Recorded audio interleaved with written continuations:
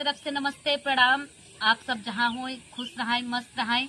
हम आप सबके सामने एक कजरी गीत मजाकिया टाइप के प्रस्तुत करे चलते ही। अगर हमार गाना आप सबके पसंद आवे, हमार कजरी आप सबके पसंद आवे, तो हमारे चैनल ऋतुजा अवधि लोकगीत के आप लोग लाइक करिए, सब्सक्राइब करिए और शेयर करिए। धन्यवाद। ना चलता है एक मेहरारू अपने आदमी से कहा तही कि हे हो हरियर साड़ी प्रचार चलता है, मतलब बाहर चलता है, सब पहिना तहा हमहू देवाई देता। अब देखा का कहा तही गाना के माध्यम से, सुना कजरी के माध्यम से।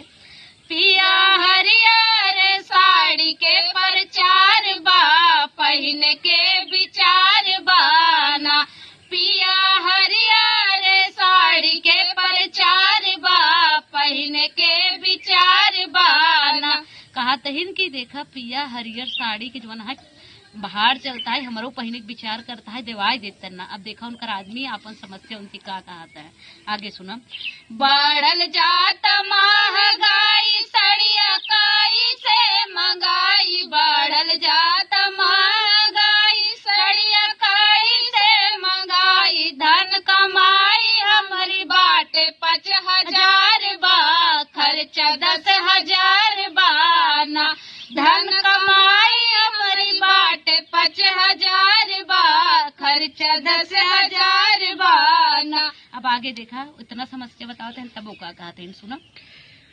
पिया हरियर साड़ी के प्रचार बा, पहिने के विचार बाना। पिया हरियर साड़ी के प्रचार बा, पहिने के विचार बाना। अब आदमी जो है ना वो अपन अगला समस्या अपने मेहरारू का कहता है, सुना आगे सुना। लेबू सड़िया खरीदवाई, बबुआ पढ़े कैसे जाई। लेबू सड़िया खरीदवाई, बबुआ पढ़े कैसे जाई। धन खरीदवाई, बबुआ पढ़े कैसे जाई। धन शिक्षा बिना दुनिया दियार बा, पहिने के विचार बाना। धन शिक्षा बिना दुनिया दियार बा, पहिने के विचार बाना। देखा आदमी इतना समस्या बताता है, तब वो का कहते हैं, आगे सुना।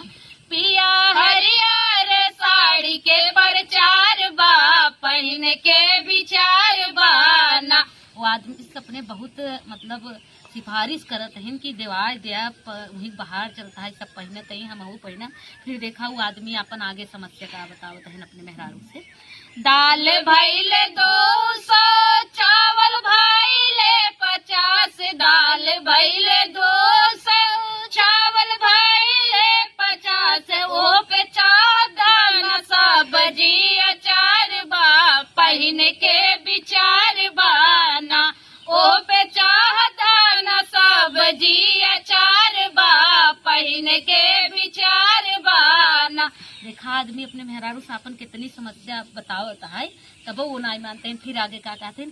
पिया हरियर साड़ी के प्रचार बा, पहिने के विचार बाना। पिया हरियर साड़ी के प्रचार बा, पहिने के विचार बाना। अब देखा आदमी इतना समस्या बताए, अब अपन और आगे का समस्या बतावते हैं, सुना। कपड़ा कैसे